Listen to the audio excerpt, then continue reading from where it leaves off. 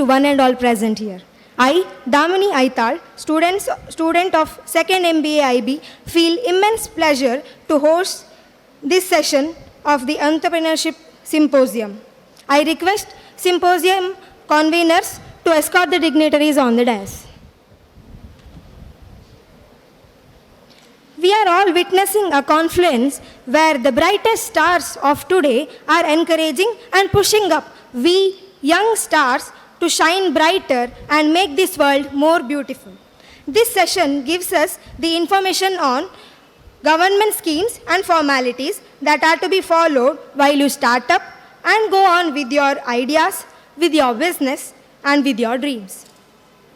Today, we have amongst us Shri Aravind Baleri sir, Joint Director of Center for Entrepreneurship Development of Karnataka, Department of Skill Development, Entrepreneurship and Livelihood. He had completed his BE in Mechanical in Anjuman Engineering College, Bhatkal. He worked as an assistant mechanical engineer in Brookbond India Limited for 5 years. He worked as district training officer in Kolar and in Raichur. He worked as district training officer in CEDOK, head office Dharwad, and deputy director in Karwar. We feel privileged to have you here as our session speaker, sir.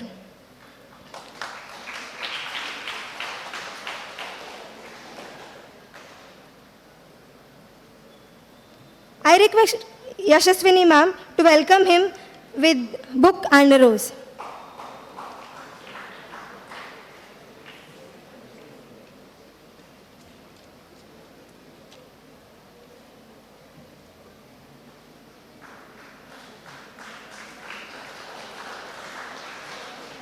Thank you, ma'am. We also have amongst us Dr. Lakshmi Narayana Bhatt, presently working as a principal of Besant Evening College, Mangalore. I heartily welcome you, sir. I request our coordinator to florally welcome him.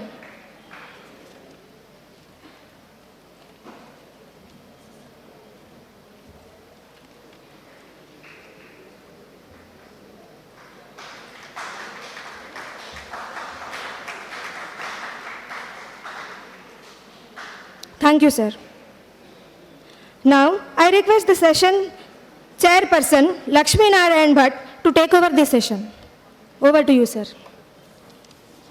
Son of this session, Aravind Baleri, my good friend P.L. Dharma, Yatish Kumar, doctor, beloved teacher friends, and entrepreneurial students. At the very outset, I must thank the organizers for arranging such a beautiful seminar, particularly for the evening college students. I'm happy that the students of Besant Evening College are also the part of this seminar. Recently, we had an interactive session with the successful entrepreneurs, where one student, or I should say entrepreneur, who drew the attention was from Besant Women's College. He was telling the story how he became an entrepreneur. His story is very interesting. He said, he and his friend decided to start a new business enterprise. But somehow, after some time, his friend withdrew and he remained aloof. But he did not fear. He ventured into an undertaking of making plates from the coconut leaves. And somehow he could arrange the resources for his small undertaking. And now he has become a very successful entrepreneur.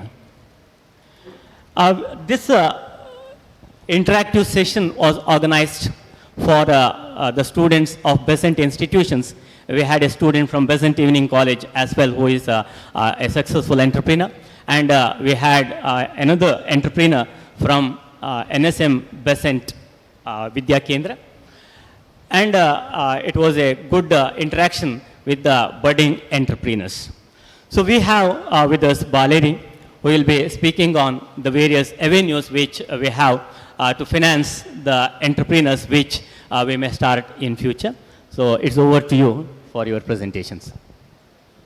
Good evening, my dear young and energetic students.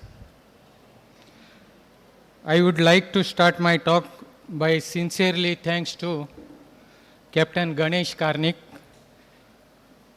Dr. Ramkrishna BM, Dr. Yatish Kumar,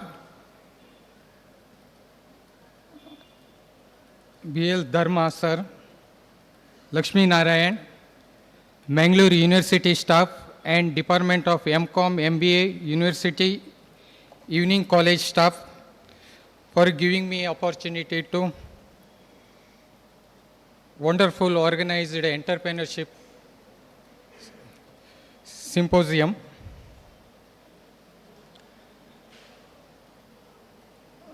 ಕನ್ನಡದಲ್ಲಿ ಹೇಳ್ಬೋದಾ? ಎಲ್ಲರಿಗೂ ಅರ್ಥ ಆಗತ್ತಾ?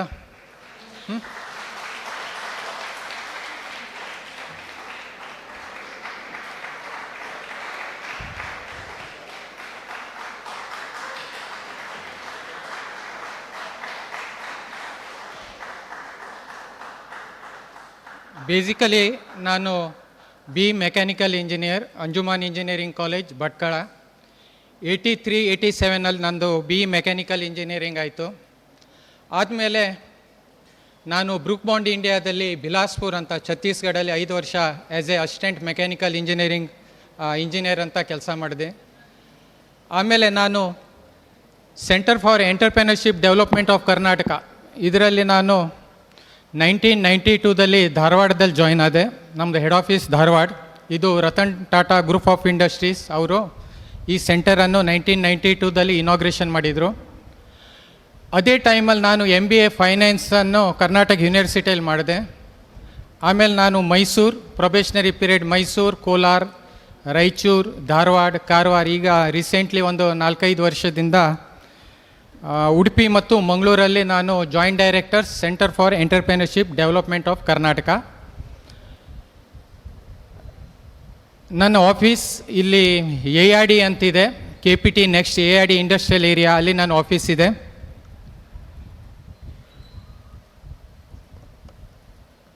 ತಮಗೆಲ್ಲರಿಗೂ ಗೊತ್ತಿದ್ದಾಗೆ ನಾವೆಲ್ಲ ಇದು entrepreneurship awareness camp ಇರ್ಬೋದು, ಕೆರಿಯರ್ ಗೈಡೆನ್ಸ್ ಇರ್ಬೋದು, ಪರ್ಸ್ನಾಲಿಟಿ ಡೆವಲಪ್ಮೆಂಟ್ ಇರ್ಬೋದು, ಇವು ನಾನು ಕಲಿತಾ ಇದ್ದಾಗ ಈ ಪ್ರೋಗ್ರಾಮ್ಸ್ ಇಲ್ಲಾಗಿತ್ತು. 1983ಯಲ್ಲಿ ನಮ್ಗೆ ಗೊತ್ತೇ ಇಲ್ಲ ಇದು entrepreneurship, career guidance, personality developments. ತಮಗೆಲ್ಲ ಗೊತ್ತಿದೆ ಈಗ ಭಾಳ ಕಾಂಪಿಟೇಷನ್ ಇದೆ. ಯಾವುದೇ ಒಂದು ಇದು ಎಜುಕೇಷನ್ ಇರಲಿ, BE ಇರಲಿ, ಡಿಪ್ಲೊಮಾ ಇರಲಿ, ITI ಇರಲಿ, MBA ಇರಲಿ, BBM ಇರಲಿ, MCA ಇರಲಿ, ಭಾಳ ಕಾಂಪಿಟೇಷನ್ ಇದೆ. ಯಾಕಂದರೆ ನಾನಿಲ್ಲಿ ಕಲಿತಾ ಇದ್ದಾಗ ನೀವೇ ನೋಡ್ರಿ, ಇಲ್ಲಿ only KREC engineering college, Manipal institute of technology ಮತ್ತು 84ರಲ್ಲಿ ಅಡ್ಯಂತಯ್ಯ ನಿಟ್ಟೆ ಇಂಜಿನಿಯರಿಂಗ್ ಕಾಲೇಜ್, ಓನ್ಲಿ 3 ಕಾಲೇಜ್ಗಳು ಇದ್ದಿದ್ದು. ಆಗ ನಮಗೆ ಒಂದು ಕೋರ್ಸ್ ಮಾಡಬೇಕಾದ್ರೆ ನಮ್ಗೆ ಸೆಮಿಸ್ಟರ್ ಇಲ್ಲಾಗಿತ್ತು. ನಾವು ಇಯರ್ಲಿ ಒಂದೇ ಸಲ ನಾವು ಇಂಜಿನಿಯರಿಂಗ್ ಮಾಡಬೇಕಿತ್ತು. 84ರಲ್ಲಿ CET ಬಂತು, ಭಾಳ ಟಫ್ ಇತ್ತು. ಆ ಟೈಮಲ್ಲಿ ನಮಗೆ, ನಾನು 3rd ಇಯರ್ ಇದ್ದಾಗ ನನಗೆ ಬ್ರೂಕ್ ಬಾಂಡ್ ಇಂಡಿಯಾ ಮತ್ತು ಬೆಮೆಲ್ ಮತ್ತು ಹರ್ಡಿಲಿಯಾ ಕೆಮಿಕಲ್ಸ್ ಅಂತ ಬಾಂಬೆಯಲ್ಲಿದೆ, ಅದು 3 ಕಂಪನಿಯಲ್ಲಿ ನನಗೆ ಆಫರ್ ಬಂತು. ನಾನು ಬ್ರೂಕ್ ಬಾಂಡಲ್ಲಿ ಜಾಯ್ನ್ ಆದೆ. ಬಟ್ ಆಗ ಪರಿಸ್ಥಿತಿ ಏನಿದೆ ಇವತ್ತು ನೋಡ್ರಿ ನೀವು, ಯಾವುದೇ ಕೋರ್ಸ್ ಇರಲಿ, MBA ಇರಲಿ, ಇಂಜಿನಿಯರಿಂಗ್ ಇರಲಿ, ಇಂಜಿನಿಯರಿಂಗ್ ಕಾಲೇಜ್ ಇಲ್ಲಿ ನಮ್ಮ ಸೌತ್ ಕೆನರಾದಲ್ಲಿ 16 ಇಂಜಿನಿಯರಿಂಗ್ ಕಾಲೇಜ್ ಇವೆ. ಸೇಮ್ ಪೊಸಿಷನ್, ಡಿಪ್ಲೊಮಾ ಇರ್ಬೋದು, MBA ಇರ್ಬೋದು, MCA ಇರ್ಬೋದು, ಕಾಂಪಿಟೇಷನ್ ಇದೆ. ಇಲ್ಲಿ ಪ್ರತಿ ವರ್ಷ ಒಂದು ಇಂಜಿನಿಯರಿಂಗ್ ಸೆಕ್ಷನ್ ತಗೊಳ್ರಿ, more than 1200 to 1300 students pass ಆದವ್ರು ಹೊರಗೆ ಬರ್ತಾರೆ. ಜಾಬ್ ಆಪರ್ಚುನಿಟೀಸ್ ಎಲ್ಲರಿಗೂ ಕೊಡ್ಲಿಕ್ಕಾಗತ್ತಾ? ಆಗೋದಿಲ್ಲ. ಸೇಮ್ ಪೊಸಿಷನ್ ಡಿಪ್ಲೊಮಾ ತೊಗೊಳ್ರಿ, ಪ್ರೈವೇಟ್ ಡಿಪ್ಲೊಮಾ ಇದೆ, ಇಂಜಿನಿಯರಿಂಗ್ ಇದು ಗೌರ್ಮೆಂಟ್ ಡಿಪ್ಲೊಮಾ KPT ಇದೆ, ಬಂಟ್ವಾಳದಲ್ಲಿದೆ, MBA ತೊಗೊಳ್ರಿ, ಬೇಸೆಂಟ್ ಇದೆ, ಬೇರೆ ಬೇರೆ ಇದರಲ್ಲಿ ಸೇಮ್ ಸಿನಾರಿಯೋ ಇದೆ. ಆವಾಗ ಏನಾಯ್ತು ಅಂದರೆ 1983 ನಮಗಿದು ಯಾವುದೇ ಎಂಟರ್ಪ್ರೆನರ್ಶಿಪ್, ಕೆರಿಯರ್ ಗೈಡೆನ್ಸ್ ಏನೂ ಗೊತ್ತೇ ಇಲ್ಲ ನಮಗೆ. ನಾವೇನು ಒಳ್ಳೆ ಸ್ಟಡಿ ಮಾಡೋದು, ಒಳ್ಳೆ ಮಾರ್ಕ್ಸ್ ತೆಗೆದುಕೊಳ್ಳೋದು, ಜಾಬ್ ಸಿಗ್ತಿತ್ತು ಫೈನಲ್ ಇಯರಿಗೆ, ಅದೇ ಥರ ಹೋಗ್ತಿದ್ವಿ ನಾವು. ಆಗ ಏನಾಯಿತು ಅಂದರೆ ನಾನು ಕಲಿತಾ ಇದ್ದಾಗ, ನಾನು ಯಾವುದೇ ಒಂದು ಪ್ರೋಗ್ರಾಮಿಗೆ ಹೋದಾಗೆ ಟಾಟಾ, ಬಿರ್ಲಾ, ಅಂಬಾನಿದು ಹೇಳೋದಿಲ್ಲ. ನನ್ನ ಲೈಫಲ್ಲಿ ಇಂಜಿನಿಯರಿಂಗ್ ಫಸ್ಟ್ ಇಯರ್ನಲ್ಲಿ ಏನಾಗಿದೆ ಒಂದು ಸ್ಟೋರಿಯನ್ನು ಹೇಳ್ಕೊಂಡು ನಿಮಗೆ ಆಮೇಲೆ ನಾನು ನಮ್ಮ ಸ್ಟಾರ್ಟಪ್ ಇರ್ಬೋದು, ಬೇರೆ ಬೇರೆ ಸ್ಕೀಮ್ಸ್ ಬಗ್ಗೆ ಹೇಳ್ತೀನಿ. 83 ನಾನು BE mechanical engineering Anjuman engineering ಕಾಲೇಜಲ್ಲಿ ನಮಗೆ ಫಸ್ಟ್ ಇಯರ್ ಏನಿರುತ್ತೆ ಅಂದರೆ ಕಾಮನ್ ಸಬ್ಜೆಕ್ಟ್ ಇರುತ್ತೆ. ಎಲ್ಲ ಮೆಕ್ಯಾನಿಕಲ್, ಸಿವಿಲ್, ಎಲೆಕ್ಟ್ರಿಕಲ್ ಎಲ್ಲ ಬ್ರ್ಯಾಂಚಿನವರು ಒಂದು 150 ಸ್ಟೂಡೆಂಟ್ಸ್ ಇರ್ತಾರೆ. ಆಗ ನಾವು, ನನ್ನ ನೇಟಿವ್ ಕುಮಟಾ, ಉತ್ತರ ಕನ್ನಡ ಜಿಲ್ಲೆಯ ಕುಮಟಾ ನನ್ನ ನೇಟಿವ್. ನಾವು ಭಟ್ಕಳಲ್ಲಿ ಓದಬೇಕಾದ್ರೆ ನನ್ನ ಪಕ್ಕದಲ್ಲೇ ಒಬ್ಬರು ಪ್ರದೀಪ್ ಅಂತ, ಅವನು ಪ್ರಾಪರ್ ಭಟ್ಕಳದವನೇ. ಅವನು ಫಸ್ಟ್ ಇಯರ್ ಎಕ್ಸಾಮ್ ಆಯಿತು. ಅವನು ಮೆಕ್ಯಾನಿಕಲ್ ಇಂಜಿನಿಯರ್, ನಾನು ಮೆಕ್ಯಾನಿಕಲ್ ಆದಾಗ ಫಸ್ಟ್ ಇಯರ್ ನಾನು ಜಸ್ಟ್ ಫಸ್ಟ್ ಕ್ಲಾಸ್ 61% ಆಯಿತು. ಆ ಟೈಮಲ್ಲಿ ನಾವು ಸ್ಕೋರ್ ಮಾಡೋದು ಭಾಳ ಟಫ್ ಇತ್ತು. 68, 69 ಅಂದರೆ ನಮ್ಮ ಸರಿಗೆಲ್ಲ ಗೊತ್ತೇ, ಯೂನಿವರ್ಸಿಟಿಯಲ್ಲಿ ರ್ಯಾಂಕ್ ಬರ್ತಿತ್ತು. ಇವತ್ತು ನೀವು ನೋಡಿರ್ಬೇಕು SSLC 99%, 95% ಅಂದರೆ ಏನೂ ಇಲ್ಲ. ಸೆಕೆಂಡ್ ಇಯರ್ PUC ರಿಸಲ್ಟ್ ತೊಗೊಳ್ರಿ, ಒಂದೊಂದು ಕಾಲೇಜಲ್ಲಿ ಎಕ್ಸ್ಪರ್ಟ್ ತೊಗೊಳ್ರಿ, ಕೆನರಾ ತೊಗೊಳ್ರಿ, ಒಂದೊಂದು ಕಾಲೇಜಲ್ಲಿ 99% ಆದವರು 3 ಸಬ್ಜೆಕ್ಟ್ 4 ಸಬ್ಜೆಕ್ಟಲ್ಲಿ 40-50 ಮೆಂಬರ್ಸ್ ಇರ್ತಾರೆ. ಆ ಟೈಮಲ್ಲಿ ಆ ಥರ ಇಲ್ಲಾಗಿತ್ತು. ನಾವೊಂದು 80-85% ತೆಗೆದ್ರೆ ಒಂದು ಒಳ್ಳೆ ಮೆಡಿಕಲ್ ಕಾಲೇಜಿಗೆ ಹೋಗ್ಬೋದಿತ್ತು, ಮತ್ತು ಒಂದು 70-75% ತೊಗೊಂಡ್ರೆ ಒಳ್ಳೆ ಇಂಜಿನಿಯರಿಂಗ್ ಕಾಲೇಜಿಗೆ ಹೋಗ್ಬೋದಿತ್ತು. ನಾನು ಫಸ್ಟ್ ಇಯರ್ನಲ್ಲಿ ಜಸ್ಟ್ ಫಸ್ಟ್ ಕ್ಲಾಸ್ ಪಾಸ್ ಆದಾಗ ನನ್ನ ಪಕ್ಕದಲ್ಲೇ ಇದ್ದ ಪ್ರದೀಪ್ ಅಂತ ಹುಡುಗ, ಅವನು ಆ ಟೈಮಲ್ಲಿ 83 ಜಾಯ್ನ್ ಆಗಿದ್ದು, 84 ಡಿಸ್ಕಂಟಿನ್ಯೂ ಮಾಡ್ದ ಕಾಲೇಜನ್ನು. ಅವನು ಫಸ್ಟ್ ಕ್ಲಾಸ್ ಪಾಸ್ ಆಗಿದ್ದ ಆ ಟೈಮಲ್ಲಿ. ಒಂದೇ ಅಕ್ಕಪಕ್ಕದಲ್ಲಿ ಕೂತ್ಕೊಳ್ತಿದ್ವಿ. ಒಂದಿನ ನನಗೆ ಗೊತ್ತಾಯಿತು ಅವನು ಡಿಸ್ಕಂಟಿನ್ಯೂ ಮಾಡಿದ್ದಾನೆ ಅಂತ. ಆಗ ಪ್ರಿನ್ಸಿಪಾಲ್ ರೂಮ್ ಹೊರಗಡೆ TC ಒಯ್ಲಿಗೆ ಬಂದಾಗ ನನಗೆ ಭೇಟಿಯಾದ. ನನಗಂದರೆ 1 ವರ್ಷದಿಂದ ತುಂಬ ಕ್ಲೋಸ್ ರಿಲೇಷನ್ ಇತ್ತು.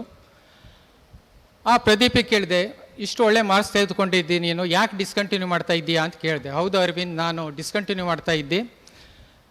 ನನ್ನ ಹತ್ರ ಒಂದು ಈಗ ಪ್ರಾಜೆಕ್ಟ್ ಬಂದಿದೆ ನೋಡಿರಿ. ಆ ಟೈಮಲ್ಲಿ no entrepreneurship development programs, no career guidance program, no entrepreneurship awareness camps, personality development programs, no programs, ನಮ್ಗೆ ಗೊತ್ತೇ ಇಲ್ಲ. ನಮ್ಗೆ ಈ ನಮ್ಮ ಡಿಪಾರ್ಟ್ಮೆಂಟ್ ಬಗ್ಗೆನೂ ಗೊತ್ತಿಲ್ಲ. ನಮ್ಗಂದ್ರೆ ಈಸಿಲಿ ಜಾಬ್ ಸಿಗ್ತಿತ್ತು, ಒಳ್ಳೆ ಪ್ರೈವೇಟಲ್ಲಿ ಸಿಗ್ತಿತ್ತು, ಹೋಗ್ತಿದ್ವಿ ನಾವು. ಆಗ ಅವನಿಗೆ ಕೇಳಿದೆ ನಾನು, ನೀನು ಇಷ್ಟು ಫಸ್ಟ್ ಕ್ಲಾಸಲ್ಲಿ ಪಾಸ್ ಆಗಿದ್ದಿ, ಯಾಕೆ ಅಟ್ಲೀಸ್ಟ್ ಒಂದು 3 ವರ್ಷ ಇದೆ ಇಂಜಿನಿಯರಿಂಗ್ ಮಾಡ್ಬೋದಲ್ಲ ಅಂತಂದಾಗ ಆ ಪ್ರದೀಪ್ ಹೇಳ್ದ, ನನ್ನ ಲ್ಯಾಂಗ್ವೇಜ್ ಏನಾದರೂ ತೊಂದರೆ ಆಗುತ್ತಾ ನಿಮಗೆ? ಕನ್ನಡ ಇಲ್ಲ ಅಲ್ಲ? ಅರವಿಂದ್, ನನ್ನ ಹತ್ರ ಒಂದು ಪ್ರಾಜೆಕ್ಟ್ ಇದೆ, ಆ ಪ್ರಾಜೆಕ್ಟ್ ನಾನು 84-85 ಮಾಡಲಿಲ್ಲ ಅಂತಾರೆ ಬೇರೆಯವ್ರು ಮಾಡ್ಕೊಂಡು ಹೋಗ್ತಾರೆ ಅಂತ. ಆ ಟೈಮಲ್ಲಿ 84 ಅಂದರೆ ಅವನ ಹತ್ರ ಒಂದು ಕ್ವಾಲಿಟೀಸ್ ಆಫ್ ಎಂಟರ್ಪ್ರೆನರ್ಶಿಪ್ ಇತ್ತು, ಮಾಡಬೇಕು, ಹಾರ್ಡ್ ವರ್ಕಿಂಗ್ ಇತ್ತು, ಕ್ರಿಯೇಟಿವಿಟಿ ಇತ್ತು, ತಿಳ್ಕೊಂಡಿದ್ದ.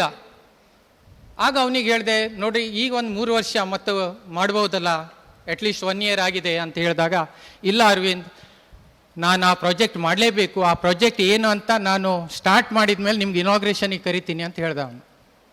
ನಾನು ಭಾಳ ಪ್ರಯತ್ನ ಪಟ್ಟೆ, ಯಾಕಂದರೆ 1 ವರ್ಷದಲ್ಲಿ ತುಂಬ ಕ್ಲೋಸ್ ಫ್ರೆಂಡ್ ಇದ್ದ ನಂದು. ಆ ಪ್ರದೀಪ್ ಅವರು ಆ ಟೈಮಲ್ಲಿ ನಮ್ಮ ಡಿಪಾರ್ಟ್ಮೆಂಟ್ ಆಫ್ ಇಂಡಸ್ಟ್ರೀಸ್ ಆ್ಯಂಡ್ ಕಾಮರ್ಸಲ್ಲಿ ಒಂದು ಸೆಲ್ಫ್ ಎಂಪ್ಲಾಯ್ಮೆಂಟ್ ಯೂತ್ ಸ್ಕೀಮ್ ಅಂತಿತ್ತು. ಅದರಲ್ಲಿ ಆ 84 ಮ್ಯಾಕ್ಸಿಮಮ್ 25,000 ರೂಪೀಸ್ ಕೊಡ್ತಿದ್ರು. 25,000 ಇಂಡಸ್ಟ್ರಿಯಲ್ ಆ್ಯಕ್ಟಿವಿಟಿ, ಏನಾದರೂ ಕೈಗಾರಿಕೆ ಮಾಡೋದಿದ್ರೆ 25,000. ನೋಡಿ, ಕಲಿತಾ ಇದ್ದಂಥ ವ್ಯಕ್ತಿ, ನಮ್ಗೆ ಇದ್ರ ಬಗ್ಗೆ ಏನೂ ಜ್ಞಾನನೇ ಇಲ್ಲ, ಸೆಲ್ಫ್ ಎಂಪ್ಲಾಯ್ಮೆಂಟ್ ಬಗ್ಗೆ. ಇವತ್ತು ನಾವಿಲ್ಲಿ ಬಂದು ಹೇಳ್ತಾ ಇದ್ದೇವೆ ನಿಮಗೆ, ಇಂಥ ಪ್ರೋಗ್ರಾಮ್ಸ್ಗಳೇ ಇಲ್ಲಾಗಿದ್ದು. ಅವನು ಆ ಟೈಮಲ್ಲಿ ಆ 25,000 rupees CU scheme, self employment ಯೂತ್ತಲ್ಲಿ ತೆಗೆದುಕೊಂಡು, ಮತ್ತು ಆ ಭಟ್ಕಳದಲ್ಲಿದ್ದಂಥ ಒಂದು 2-3 ಶ್ರೀಮಂತರ ಹತ್ರ 1 ಲಕ್ಷ ರೂಪಾಯಿ, 1 ಲಕ್ಷ ರೂಪಾಯಿ, 3 ಲಕ್ಷ ರೂಪಾಯಿ ತೆಗೆದುಕೊಂಡು 3,25,000 from syndicate bank Bhatkal and 3 lakhs ಅವನು 3 ಜನರ ಹತ್ರ 1 lakh ತೆಗೆದುಕೊಂಡು ಅವನು ಉತ್ತರ ಕನ್ನಡ ಜಿಲ್ಲೆಯ ಯಲ್ಲಾಪುರ ತಾಲೂಕು ಅಂತಿದೆ, ಟುವರ್ಡ್ಸ್ ಹುಬ್ಳಿ. ಅಲ್ಲಿ ಒಂದು ಕಿರುವತ್ತಿ ಅಂತ ಒಂದು ಗ್ರಾಮ ಇದೆ, in between Hubli and Yellapur. ಆ ಪ್ಲೇಸಲ್ಲಿ ಅವನು ಸ್ಮಾಲ್ ಒಂದು ಚಿಲ್ಲಿಂಗ್ ಪ್ಲ್ಯಾಂಟ್ ಮಾಡ್ದ, ಕೃಷ್ಣ ಮಿಲ್ಕ್ ಅಂತ ಒಂದು ಚಿಲ್ಲಿಂಗ್ ಪ್ಲ್ಯಾಂಟನ್ನು ಮಾಡ್ದ, ಪ್ರದೀಪ್ ಪೈ ಅಂತ. 3,25,000 ಇಸ್ ಇನ್ 1985 ಅಲ್ಲಿ. ಇವತ್ತು more than 1,500 crores turnover ಇದೆ. ತಾವೆಲ್ಲ ನೋಡಿದ್ರಿ ಹಾಂಗ್ಯೋ ಐಸ್ ಕ್ರೀಮ್ಸ್ ಅಂತ ನೋಡಿದ್ರಲ್ಲ. He is the managing director of Hangyo ice creams, Hangyo foods ಮತ್ತು ಕೃಷ್ಣ ಮಿಲ್ಕ್ ಅಂತ. ಇದನ್ನು ಯಾಕೆ ಹೇಳ್ತೇವೆ ಅಂದರೆ self employment is the best employment. ತುಂಬ ಕಾಂಪಿಟೇಷನ್ ಇದೆ. ಯಾವುದೇ ಒಂದು ತಗೊಳ್ರಿ, ಈಗ ಅಂದರೆ ನಿಮ್ಗೆ ಗೊತ್ತಿದೆ ಆನ್ಲೈನ್ ಮಾರ್ಕೆಟ್ ಇದೆ. ಯಾವುದೇ ಒಂದು ಬಿಸ್ನೆಸ್ ಮಾಡೋದಿದ್ರೆ ಈಸಿ ಇಲ್ಲ. ಆವಾಗ ನಮ್ಮ 2017 ಅಕ್ಟೋಬರ್ 2ನೇ ತಾರೀಕು ನಮ್ಮ ಪ್ರಧಾನಮಂತ್ರಿಗಳು startup, standup, make in India ಮತ್ತು ಒಂದು ಹೊಸ ಇಲಾಖೆಯನ್ನು ಸೃಷ್ಟಿ ಮಾಡಿದರು, skill development, entrepreneurship and livelihood department ಅಂತ. ನ್ಯೂ ಡಿಪಾರ್ಟ್ಮೆಂಟ್, ಇದು ಮೊದಲು ಇಲ್ಲಾಗಿತ್ತು. ಇದನ್ನು ಯಾಕೆಂದರೆ ಅವರು ಒಂದು ದೂರದೃಷ್ಟಿಯಿಂದ ಎಲ್ಲ training activities, skill development activities, entrepreneurship activities ಎಲ್ಲ ಒಂದೇ ಡಿಪಾರ್ಟ್ಮೆಂಟಿಂದ ಆಗಬೇಕು ಅಂತ ಇದು ಅಕ್ಟೋಬರ್ 2ನೇ ತಾರೀಕಿಗೆ 2017 ಸ್ಟಾರ್ಟ್ ಮಾಡಿದರು.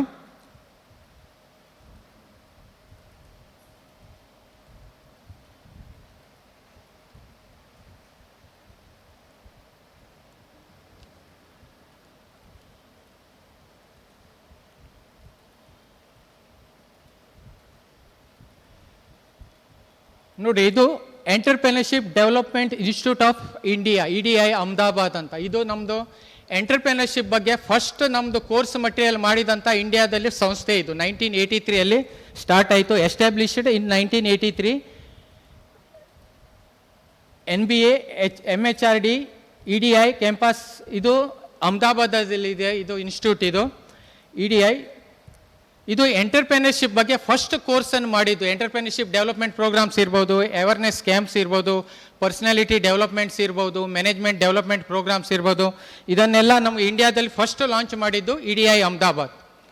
ಈ EDI ಅಹಮದಾಬಾದ್ ಆದಮೇಲೆ ನಮ್ಮ ಇಂಡಿಯಾದಲ್ಲಿ 13 ಸ್ಟೇಟಲ್ಲಿ ಇದು ಅವರು ಬ್ರ್ಯಾಂಚನ್ನು ಓಪನ್ ಮಾಡಿದರು. ಕರ್ನಾಟಕದಲ್ಲಿ ಟೆಕ್ಸಾಕ್ ಅಂತ ಮಾಡಿದರು, technical consultancy service organisation of Karnataka. ಇದು ಬೆಂಗಳೂರಲ್ಲಿ ಇದೆ.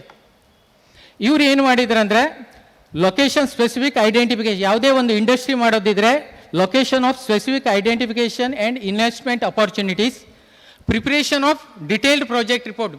ಅಂದರೆ ಒಂದು ಇಂಡಸ್ಟ್ರಿ ಮಾಡಬೇಕಿದ್ರೆ ಬಿಸ್ನೆಸ್ ಪ್ಲ್ಯಾನ್ ಬೇಕಾಗುತ್ತೆ, ಡಿಟೇಲ್ಡ್ ಪ್ರಾಜೆಕ್ಟ್ ರಿಪೋರ್ಟ್ಸ್, ಅದನ್ನು ಮಾಡ್ತಾರೆ ಇವರು. ಮಾರ್ಕೆಟ್ ಸರ್ವೆ ಇನ್ಪುಟ್ಸ್ ಹೇಗಿದೆ, ನಾಳೆ ನೀವು ಮಾರ್ಕೆಟ್ ಸರ್ವೆ ಮಾಡೋದಿದ್ರೆ, ಇಂಡಸ್ಟ್ರಿಯಲ್ ಸೆಟಪ್ ಮಾಡೋದಿದ್ರೆ ಮಾರ್ಕೆಟ್ ಸರ್ವೆ ಇನ್ಪುಟ್ಸ್ ಏನೇನು ಇರಬೇಕು ಅದ್ರ ಬಗ್ಗೆ ಎಲ್ಲ ಅವರು ಮಾಹಿತಿಯನ್ನು ಕೊಡ್ತಾರೆ. ಆಮೇಲೆ project implementation and turnkey assistance, ದೊಡ್ಡ ದೊಡ್ಡ ಪ್ರಾಜೆಕ್ಟ್ ಇದೆಯಲ್ಲ ನಾವಿಲ್ಲಿ ನೋಡಿರ್ಬೋದು, MRPL, MCF, ಕುದುರೆಮುಖ, ಅವರೆಲ್ಲ ಒಂದು ಪ್ರಾಜೆಕ್ಟನ್ನು ಮಾಡಬೇಕಾದ್ರೆ ಈ ಟೆಕ್ಸಾಕಿಗೆ ಅವರು ಪ್ರಾಜೆಕ್ಟ್ ಇಂಪ್ಲಿಮೆಂಟೇಷನ್ಗೆ ಪ್ರಾಜೆಕ್ಟ್ ರಿಪೋರ್ಟಿಗೆ ಕೊಟ್ಟಿರ್ತಾರೆ. ಟೆಕ್ಸಾಕ್ ಇದು ಪ್ಯೂರ್ಲಿ ಗೌರ್ಮೆಂಟ್ ಆರ್ಗನೈಸೇಷನ್, ಕರ್ನಾಟಕ ಗೌರ್ಮೆಂಟಿಂದು. Designing and organising training programs, ಅಂದರೆ ಇವ್ರು ಏನು ಮಾಡ್ತಾರೆ ಅಂದರೆ ಬೇರೆ ಬೇರೆ ಟ್ರೈನಿಂಗ್ಸ್, ಅಂದರೆ ಫಾರ್ ಎಕ್ಸಾಂಪಲ್ ಇವರು ನಮ್ಮ ದಕ್ಷಿಣ ಕನ್ನಡ ಜಿಲ್ಲೆಯಲ್ಲಿ ಒಂದು 3 ವರ್ಷಗಳಿಗೊಮ್ಮೆ ಒಂದು ಟೆಕ್ನೋ ಇಕನಾಮಿಕ್ಸ್ ಸರ್ವೆ ಅಂತ ಮಾಡ್ತಾರೆ. ಯಾಕಂದರೆ ಇಲ್ಲಿ ಯಾವ್ಯಾವ ಮೈಕ್ರೋ ಎಂಟರ್ಪ್ರೈಸಸ್ ಇವೆ, small industries, small scale industries ಯಾವ್ದ್ಯಾವ್ದಿದೆ, ಮೀಡಿಯಮ್ ಇಂಡಸ್ಟ್ರೀಸ್ ಯಾವ್ದ್ಯಾವ್ದಿದೆ, ಮೆಗಾ ಇಂಡಸ್ಟ್ರೀಸ್ ಯಾವ್ದ್ಯಾವ್ದಿದೆ, ಹೊಸದಾಗಿ ಯಾವುದು ಇಂಡಸ್ಟ್ರಿಯನ್ನು ಮಾಡ್ಬೋದು ಬೇಸ್ಡ್ ಆನ್ ರಾ ಮಟೀರಿಯಲ್ಸ್ ಮತ್ತು ವರ್ಕಿಂಗ್ ಕ್ಯಾಪಿಟಲ್ ಬಗ್ಗೆ. ಅದ್ರ ಬಗ್ಗೆ ಇವರು ಟೆಕ್ಸಾಕ್ನವರು ನ್ಯೂ ಪ್ರಾಜೆಕ್ಟನ್ನು ಮಾಡ್ತಾರೆ. ಮತ್ತು management studies, company formation, corporate plan, enterprising restructuring, consultancy for agro based industries, nodal agency of.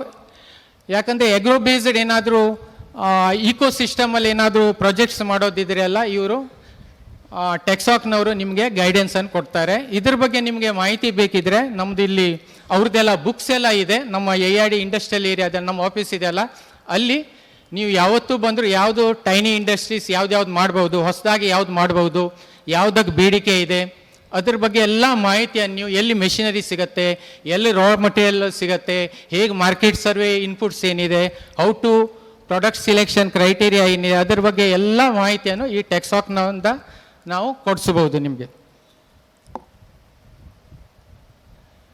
Next about C-DAC, ಇದು ನಮ್ಮ ಸಂಸ್ಥೆ. ಇದು 1992ದಲ್ಲಿ ನಮ್ಮ Tata group of industry Ratan Tata ಅವರು ಧಾರವಾಡ ಸಿಡಾಕ್ ಅಂದರೆ ಬೇಲೂರು ಇಂಡಸ್ಟ್ರಿಯಲ್ ಏರಿಯಾ ಅಂತಿದೆ, ಅಲ್ಲಿ ಟುವರ್ಡ್ಸ್ ಧಾರವಾಡನಿಂದ ಬೆಳಗಾವಿ ಹೋಗಬೇಕಾದ್ರೆ ಹೈಕೋರ್ಟ್ ಸಂಚಾರಿ ಪೀಠ ಅಂತ ಆಗಿದೆ ಹೊಸದಾಗಿ, ಅದರ ಅಪೋಸಿಟೇ ನಮ್ಮದು ಸಿಡಾಕ್ ಹೆಡ್ ಆಫೀಸ್ ಇದೆ. ಇದು ನಮ್ಮದು 1992ದಲ್ಲಿ ಓಪನ್ ಆಯ್ತು ಇದು ಸಿಡಾಕ್. ಇದು ಮೊದಲು ಸಿಡಾಕ್ ಏನಿತ್ತು, ಬಿಫೋರ್ ನಮ್ಮ ಪ್ರಧಾನಮಂತ್ರಿಗಳು 2017ನಲ್ಲಿ ಈ ನ್ಯೂ ಡಿಪಾರ್ಟ್ಮೆಂಟ್ ಓಪನ್ ಮಾಡೋ ಸ್ಕಿಲ್ ಡೆವಲಪ್ಮೆಂಟ್, ಎಂಟರ್ಪ್ರಿನರ್ಶಿಪ್ ಮತ್ತು ಲೈವ್ಲಿಹುಡ್ ಡಿಪಾರ್ಟ್ಮೆಂಟ್ ಮಾಡೋದು ಮೊದಲೇ ನಮ್ಮ ಸಿಡಾಕ್ ಸಂಸ್ಥೆ ಇದೆಯಲ್ಲ, ಇದು ಡಿಪಾರ್ಟ್ಮೆಂಟ್ ಆಫ್ ಇಂಡಸ್ಟ್ರೀಸ್ ಆ್ಯಂಡ್ ಕಾಮರ್ಸಲ್ಲಿತ್ತು. ಅಂದರೆ ಕೈಗಾರಿಕಾ ಇಲಾಖೆ ಅಂತ ಹೇಳ್ತೇವೆ, ಕೈಗಾರಿಕಾ ಮತ್ತು ವಾಣಿಜ್ಯ ಇಲಾಖೆ ಅಂತ. ಬಿಫೋರ್ 2017 ನಮ್ಮದು ಸಿಡಾಕ್ ಇಂಡಸ್ಟ್ರಿ ಡಿಪಾರ್ಟ್ಮೆಂಟಲ್ಲಿತ್ತು.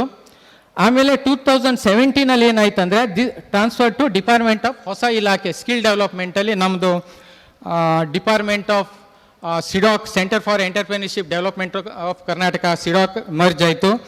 GTTC ಅಂತ ಬೈಕಂಪಾಡಿಲಿದೆ, government tool and die making course ಅಂತ, ಆ ಸಂಸ್ಥೆ ಆಯಿತು. ಆಮೇಲೆ ಎಂಪ್ಲಾಯ್ಮೆಂಟ್ ಎಕ್ಸ್ಚೇಂಜ್ ಅದು ನಮ್ಮ ಸ್ಕಿಲ್ ಡೆವಲಪ್ಮೆಂಟಲ್ಲಿ ಮರ್ಜ್ ಆಯಿತು. ITI ಕಾಲೇಜಸ್ ಎಲ್ಲ ಇದೆಲ್ಲ, ಉದ್ಯೋಗ ಮತ್ತು ತರಬೇತಿ ಇಲಾಖೆ, ಅವೆಲ್ಲ ಈ ಸ್ಕಿಲ್ ಡೆವಲಪ್ಮೆಂಟಲ್ಲಿ ಮರ್ಜ್ ಆಯಿತು ಡಿಪಾರ್ಟ್ಮೆಂಟ್ ಆಫ್ ಇಂಡಸ್ಟ್ರೀಸ್ ಆ್ಯಂಡ್ ಕಾಮರ್ಸಿಂದ.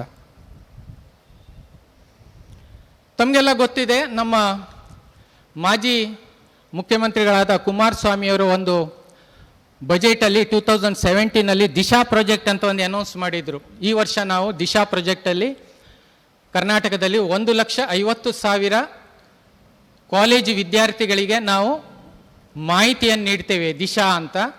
ಆ ದಿಶಾ ಪ್ರಾಜೆಕ್ಟನ್ನು ನಾವು ಸಿಡಾಕ್ನವರಿಗೆ ಗೌರ್ಮೆಂಟ್ನವರು ಹ್ಯಾಂಡ್ ಓವರ್ ಮಾಡಿದರು. ಆ ಸಿಡಾಕ್ ಸೆಲ್ಲಲ್ಲಿ ನಾವು ಹೊಸದಾಗಿ ನಾವೊಂದು ದಿಶಾ ಸಿಡಾ ಗೈಡೆನ್ಸ್ ಸೆಲ್ ಅಂತ ಸ್ಟಾರ್ಟ್ ಮಾಡಿದ್ದು 2017 ಸೆಪ್ಟೆಂಬರಲ್ಲಿ ಸ್ಟಾರ್ಟ್ ಆಯಿತು. ಅದರಲ್ಲಿ ನಾವು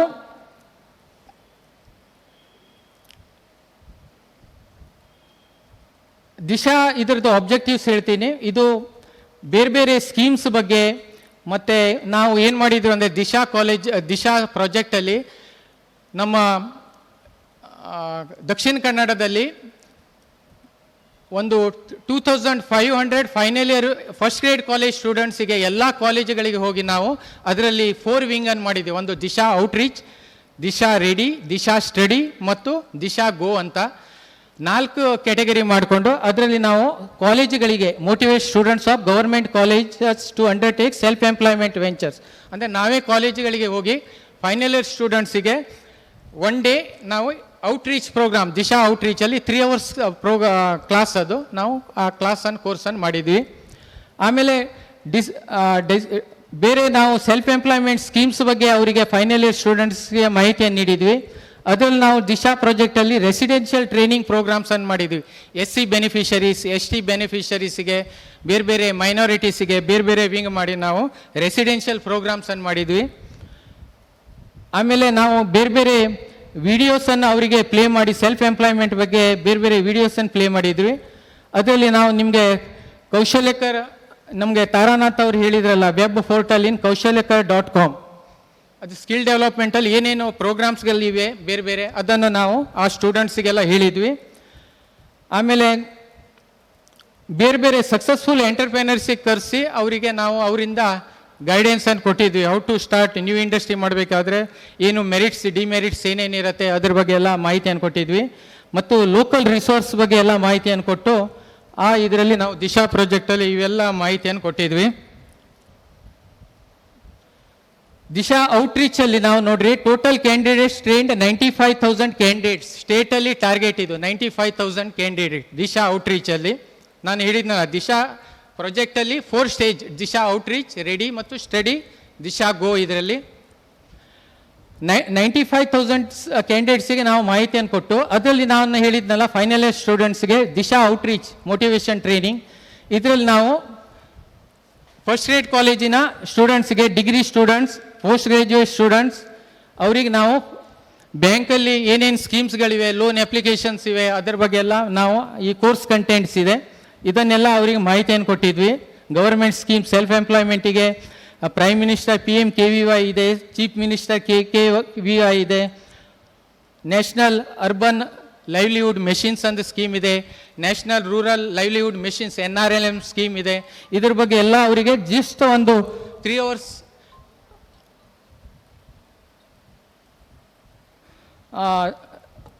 3 hours ನಾವು ಆ ಕಾಲೇಜುಗಳಿಗೆ ಹೋಗಿ ಇವೆಲ್ಲ ನಾವು ಇನ್ಪುಟ್ಸನ್ನು ಕೊಟ್ಟಿದ್ವಿ ದಿಶಾ ಔಟ್ರೀಚಲ್ಲಿ.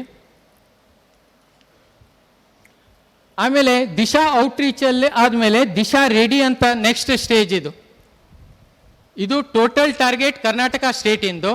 ನಾವು ಇಲ್ಲಿ ನಮ್ಮ ದಕ್ಷಿಣ ಕನ್ನಡ ಜಿಲ್ಲೆಯಲ್ಲಿ ಮೋರ್ ದೆನ್ ಒಂದು 2500 to 3000 ಸ್ಟೂಡೆಂಟ್ಸ್ ಫಸ್ಟ್ ಗ್ರೇಡ್ ಕಾಲೇಜ್ನವರಿಗೆ ಸ್ಟೂಡೆಂಟ್ಸಿಗೆ ಮಾಡಿದ್ವಿ. ಆಮೇಲೆ ದಿಶಾ ರೆಡಿಯಲ್ಲಿ ನಾವು 3 days ಟ್ರೈನಿಂಗ್ ಪ್ರೋಗ್ರಾಮ್, ಅಂದರೆ ನಾವು ಅವ್ರಿಗೆ ಕೌನ್ಸಿಲಿಂಗ್ ಮಾಡಿ ಡೈಲಿ 4 hours ಕೌನ್ಸಿಲಿಂಗ್, ಅದು ಪರ್ ಬ್ಯಾಚ್ 20 ಪಾರ್ಟಿಸಿಪೆಂಟ್ಸ್ ಇದ್ದಿದ್ರು. ಅವರಿಗೆ ಗೌರ್ಮೆಂಟ್ ಏನೇನು ರೂಲ್ಸ್ ಆ್ಯಂಡ್ ರೆಗ್ಯುಲೇಷನ್ ಇದೆ, GST ಬಗ್ಗೆ ಇರ್ಬೋದು, ಬ್ಯಾಂಕ್ ಲೋನ್ ಇರ್ಬೋದು, ಗೌರ್ಮೆಂಟ್ ಸ್ಕೀಮ್ಸ್ ಇರ್ಬೋದು, ಬಿಸ್ನೆಸ್ ಪ್ಲ್ಯಾನ್ ಅಂದರೆ ಪ್ರಾಜೆಕ್ಟ್ ರಿಪೋರ್ಟ್ಸ್ ಇರ್ಬೋದು, ಅದ್ರ ಬಗ್ಗೆ ಎಲ್ಲ ಮಾಹಿತಿಯನ್ನು ಕೊಟ್ಟಿದ್ವಿ. ಆಮೇಲೆ 3rd ಸ್ಟೇಜ್ ದಿಶಾ ಸ್ಟಡಿ ಅಂತ, ಅದು 9900 ಕ್ಯಾಂಡಿಡೇಟ್ಸ್ ಇದ್ದಿದ್ವು. ಇದನ್ನು ನಾವು ಆನ್ಲೈನಲ್ಲಿ ಯಾರು ಕಾಲೇಜಿಂದ ಬರಲಿಕ್ಕಾಗಿಲ್ಲಲ್ಲ,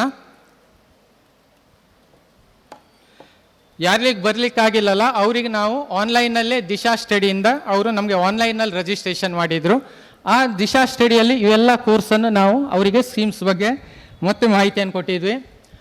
ಆಮೇಲೆ ದಿಶಾ ಗೋ ಅಂದರೆ ದಿಶಾ ರೆಡಿ, ದಿಶಾ ಸ್ಟಡಿ, ದಿಶಾ ಔಟ್ರೀಚಲ್ಲಿ ಬಂದಂಥ ಕ್ಯಾಂಡಿಡೇಟ್ಸ್ಗಳಿಗೆ ನಾವೇನು ಮಾಡಿದ್ವಿ ಅಂದರೆ 30 ಬ್ಯಾಚ್ ಕ್ಯಾಂಡಿಡೇಟ್ಸ್ ಮಾಡಿ ದಕ್ಷಿಣ ಕನ್ನಡದಿಂದ ನಾವು ಅವರಿಗೆ ನಮ್ಮ ಹೆಡ್ ಆಫೀಸ್ ಧಾರವಾಡಿಗೆ ಹೋಗಿ ಅಲ್ಲಿ ಒಂದು ರೆಸಿಡೆನ್ಷಿಯಲ್ ಪ್ರೋಗ್ರಾಮ್ 1 week ರೆಸಿಡೆನ್ಷಿಯಲ್ ಪ್ರೋಗ್ರಾಮನ್ನು ಮಾಡಿದ್ವಿ ದಿಶಾ ಗೋದಲ್ಲಿ.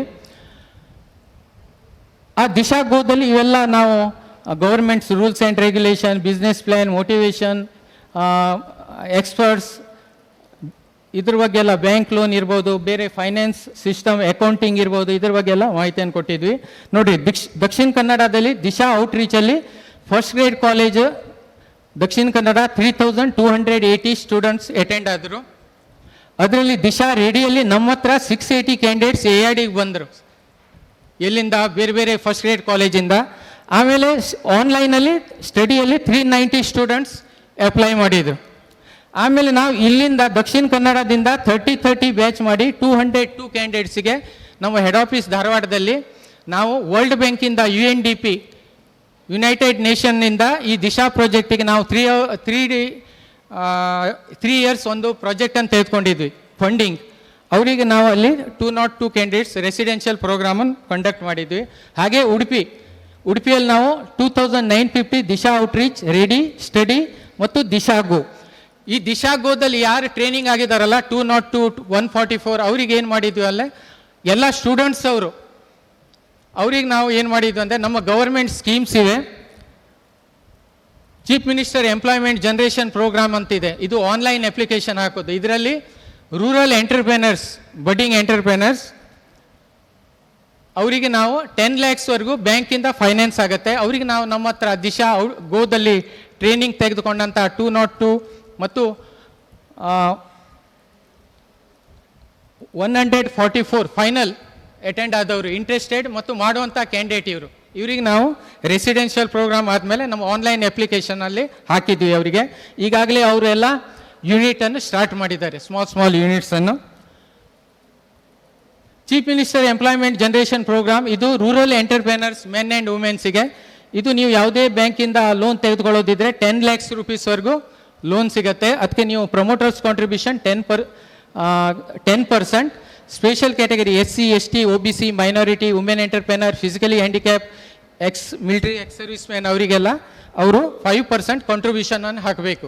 ಸಪೋಸ್ ನಿಮ್ಮದು 10 lakhs ಪ್ರಾಜೆಕ್ಟ್ ಇದ್ದರೆ ಜನರಲ್ ಕ್ಯಾಟಗರಿಯವರು 1 lakhs rupees ಹಾಕಿದರೆ 9 lakhs ಬ್ಯಾಂಕಿಂದ ಲೋನ್ ಸಿಗುತ್ತೆ. ಮತ್ತು SC, ST ಕ್ಯಾಟಗರಿಯವರು 5% promoters contribution. Subsidy general category 25% ಮತ್ತು SC, ST, OBC, women entrepreneur, military service man, physically handicap ಅವರಿಗೆ 35% ಸಬ್ಸಿಡಿ ಸಿಗುತ್ತೆ. ಅಂದರೆ 10 lakhsಗೆ 3,50,000 ಫಾರ್ ಈ ಕ್ಯಾಟಗರಿ ಅವರಿಗೆ, 2,50,000 ಜನರಲ್ ಕ್ಯಾಟಗರಿ ಅವರಿಗೆ. ಆಮೇಲೆ CMEGP ಅಪ್ಲಿಕೇಶನ್ ಎಲ್ಲ ಇದು ಆನ್ಲೈನ್ ಅಪ್ಲಿಕೇಶನ್, ನಿಮಗೆ ಆನ್ಲೈನ್ ಅಪ್ಲಿಕೇಶನ್ ಇದು ಇದೆ, ವೆಬ್ ಇದೆ, CMEGP ಆನ್ಲೈನ್ ಅಪ್ಲಿಕೇಶನ್ ಡಾಟ್ ಅಂತ. ಅದರಲ್ಲಿ ಹೋದರೆ ನಿಮ್ಗೆ ಇದೆಲ್ಲ ಏನೇನು ಡಾಕ್ಯುಮೆಂಟ್ಸ್ ಬೇಕು ಇವೆಲ್ಲ ಇದೆ. ನೀವು ಆನ್ಲೈನಲ್ಲೇ ಅಪ್ಲಿಕೇಶನ್ ಮಾಡ್ಬೋದು ಅದನ್ನು, CMEGPಯನ್ನು. ಆಮೇಲೆ prime minister employment generation program ಅಂತಿದೆ. ಇದು ಕೇಂದ್ರ ಸರ್ಕಾರದ ಸ್ಕೀಮ್. ಇದು 25 lakhsವರೆಗೂ ಬಡ್ಡಿಂಗ್ ಎಂಟರ್ಪ್ರೈನರ್ಸಿಗೆ ನೀವೇನಾದರೂ ಯೂನಿಟನ್ನು ಸ್ಟಾರ್ಟ್ ಮಾಡೋದಿದ್ರೆ ಅದು ರೂರಲ್ ಎಂಟರ್ಪ್ರೈನರ್ಸಿಗೂ ಸಿಗುತ್ತೆ, ಅರ್ಬನ್ನವರಿಗೂ ಸಿಗುತ್ತೆ. ಇದರಲ್ಲಿ ನೋಡಿ up to 25 lakh manufacturing activity, service based ಆ್ಯಕ್ಟಿವಿಟಿಗೆ 10 lakhs rupees ಸಿಗುತ್ತೆ. ಮಿನಿಮಮ್ 8th ಪಾಸ್ ಆಗಿರಬೇಕು, ಮಿನಿಮಮ್ ಏಜ್ 18 years, ಮತ್ತು ಏಜ್ ಲಿಮಿಟ್ ಇಲ್ಲ, ಎಷ್ಟು ತೆಗೆದುಕೊಳ್ಬೋದು, 60, 65, ನೋ ಏಜ್ ಲಿಮಿಟ್. ಇದರಲ್ಲೂ ಸಹ ಸೇಮ್ ಟೈಪ್ CMEGPಲಿ ಏನು ಸಬ್ಸಿಡಿ ಫಾರ್ಮ್ಯಾಟ್ಸ್ ಇದೆ ಅಲ್ಲ, ಸೇಮ್ ಟೈಪ್ ಸಬ್ಸಿಡಿ ಇದೆ. ಇದು ನೀವು ಹೇಗೆ ಹಾಕಬೇಕು ಎಲ್ಲ ಆನ್ಲೈನಲ್ಲಿ ನೋಡಿ. www.kvic.org.in ಅಲ್ಲಿ ಹೋದರೆ ನಿಮಗೆ ಇದೆಲ್ಲ ಇನ್ಫಾರ್ಮೇಷನ್ ಸಿಗುತ್ತೆ ಆನ್ಲೈನಲ್ಲಿ. ಮುದ್ರಾ, ಈ ಮುದ್ರಾ ಸ್ಕೀಮ್ ನಿಮಗೆಲ್ಲ ಗೊತ್ತಿದೆ. ಈ ಮುದ್ರಾ ಸ್ಕೀಮಲ್ಲಿ 3 ಕ್ಯಾಟಗರಿ ಮಾಡಿದ್ದಾರೆ. ಇದರಲ್ಲಿ ಶಿಶು, ಕಿಶೋರ್, ತರುಣ್. ಶಿಶುಗೆ 50,000, ಕಿಶೋರಿಗೆ 50,000 to 5 lakhs, ಮತ್ತು Tarun covering loans above 5 lakhs up to 10 lakhs rupees. ಮುದ್ರಾದಲ್ಲಿ ನೀವು ಲೋನ್ ತೆಗೆದುಕೊಳ್ಳೋದಿದ್ರೆ there is no any activity ತೆಗೆದುಕೊಳ್ಬೋದು, ಇನ್ಕ್ಲೂಡಿಂಗ್ ಈಗ ಪೋಲ್ಟ್ರಿ, ಪಿಗರಿ, ರೆಬಿಟ್ರಿ, ಗೋಟ್ರಿ ಎಲ್ಲ ಬಂದಿದೆ. No age limit, no subsidy part ಇಲ್ಲ ಅದರಲ್ಲಿ ಮುದ್ರಾದಲ್ಲಿ. No collateral guarantee, repayment period is 5 years, maximum 5 years ಅಲ್ಲಿ ನೀವು ಲೋನನ್ನು ರಿಪೇಮೆಂಟ್ ಮಾಡಬೇಕು. There is no collateral security surety Mudra. ಆಮೇಲೆ ಸ್ಟಾರ್ಟಪ್, ಇದು ಗೌರ್ಮೆಂಟ್ ಆಫ್ ಇಂಡಿಯಾ ನಮ್ಮದು August 15, 2015 ಅನೌನ್ಸ್ ಆದಂಥ ಸ್ಕೀಮ್ ಅದು. ಇದರಲ್ಲಿ ನೀವು ಬೆನಿಫಿಟ್ಸ್, ಸ್ಟಾರ್ಟಪ್ಪಲ್ಲಿ ಫೈನಾನ್ಷಿಯಲ್ ಬೆನಿಫಿಟ್ಸ್ ತೆಗೆದುಕೊಳ್ಬೋದು, ಇನ್ಕಮ್ ಟ್ಯಾಕ್ಸ್ ಬೆನಿಫಿಟ್ಸ್ ಇದೆ, ರಿಜಿಸ್ಟ್ರೇಷನ್ ಬೆನಿಫಿಟ್ಸ್ ಸ್ಟಾರ್ಟಪ್ಪಲ್ಲಿ. ಗೌರ್ಮೆಂಟ್ ಟೆಂಡರ್ ಏನಾದರೂ ತೆಗೆದುಕೊಳ್ಳೋದಿದ್ರು ನೀವು ಸ್ಟಾರ್ಟಪ್ಪಲ್ಲಿ ಹಾಕ್ಬೋದು. ಯೂಸ್ ನೆಟ್ವರ್ಕಿಂಗ್ ಅಪರ್ಚುನಿಟಿ, ಆನ್ಲೈನಲ್ಲಿ ಏನಾದರೂ ನೀವು ಮಾರ್ಕೆಟಿಂಗ್ ಮಾಡೋದಿದ್ರು ಇದರಲ್ಲಿ ನಿಮಗೆ ಅಪರ್ಚುನಿಟೀಸ್ ಇದೆ. ಇದು ಸ್ಟಾರ್ಟಪ್ ಇಂಡಿಯಾ.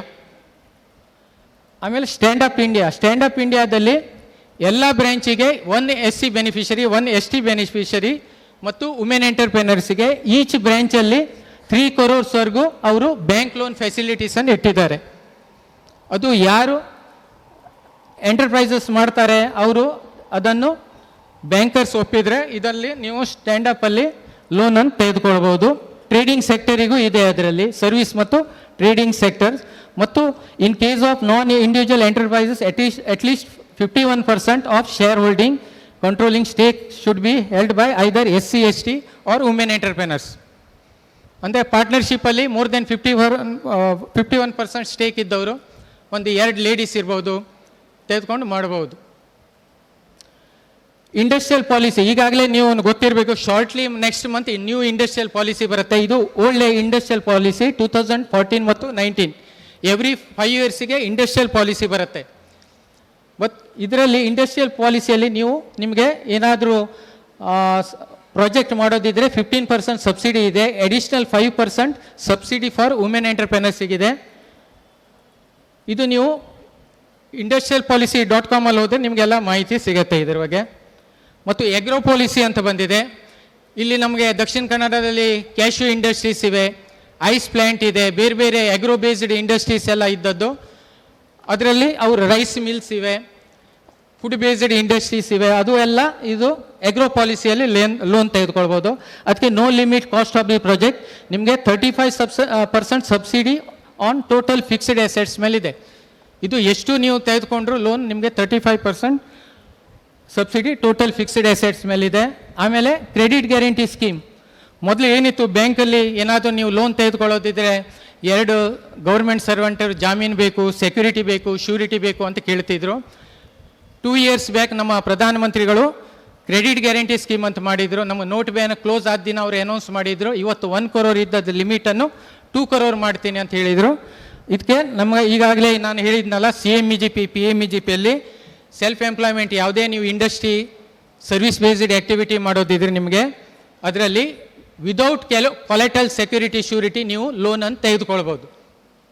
ಕ್ರೆಡಿಟ್ ಗ್ಯಾರಂಟಿಯಲ್ಲಿ ಸ್ಕೀಮಲ್ಲಿ ತೆಗೆದುಕೊಳ್ಬೋದು.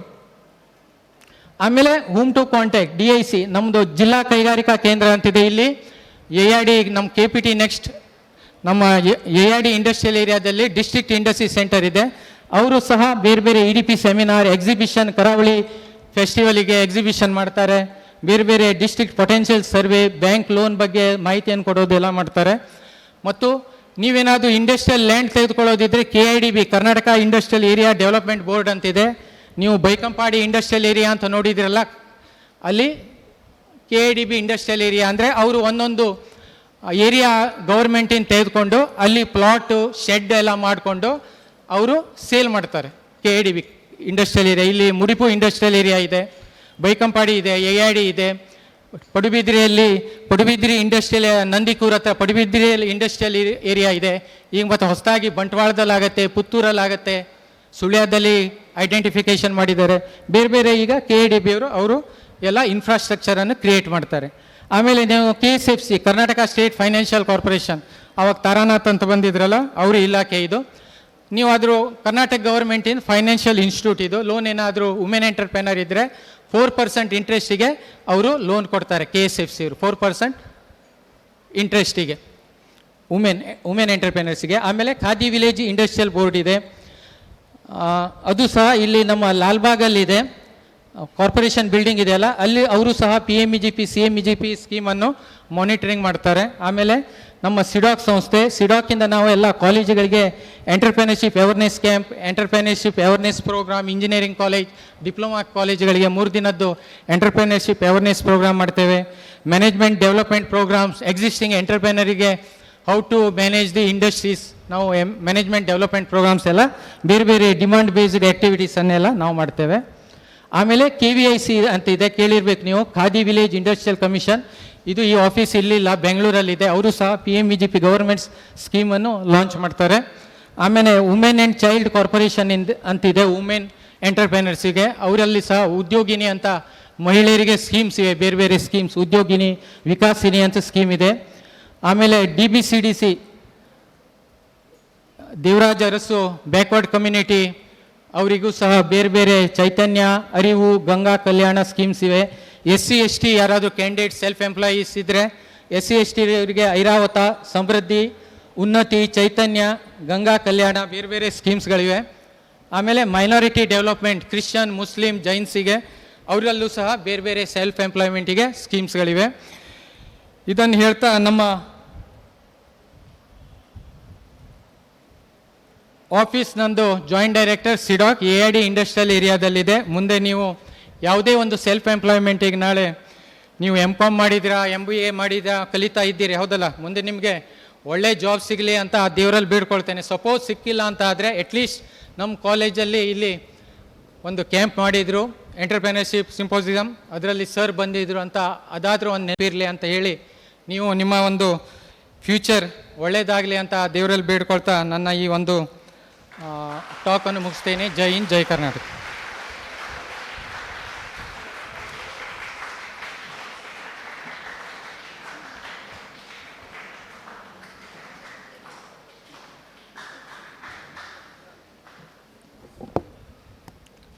Thank you for your valuable words, sir. We will try to indulge in your projects, develop ourselves, and use the various opportunities that are existing. And we also wish your projects go well and achieve its goals. Thank you, sir. Now, with due respect, I request the dignitaries to take over the interaction session. Audience can ask queries if any.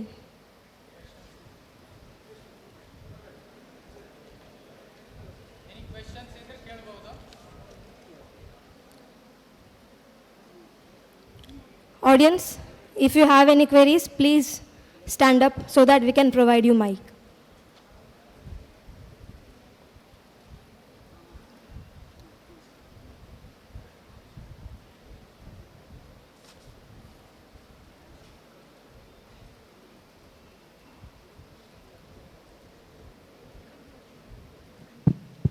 Actually, this is pertaining to first session.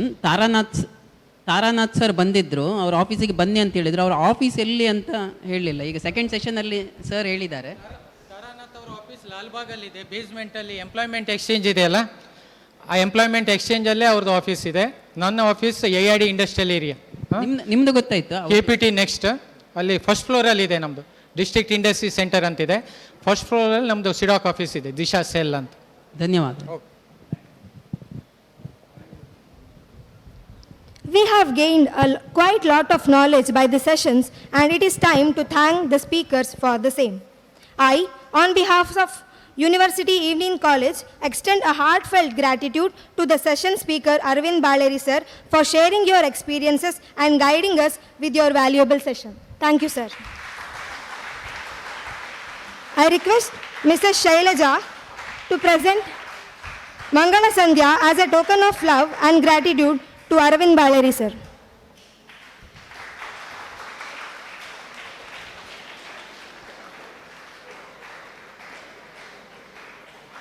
Thank you, ma'am.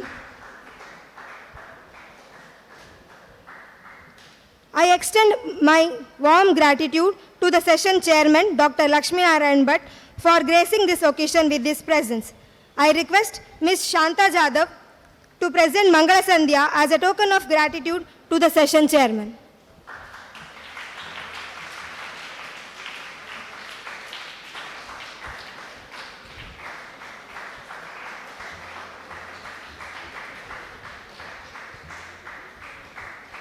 I, from my bottom of my heart, extend a sincere thanks to the backbone of the college, Principal Dr. Ramakrishnan PM sir. I also thank our coordinator, Dr. Yatish Kumar. I extend my gratitude to all the teaching and non-teaching staff and my dear friends for patiently listening to the session.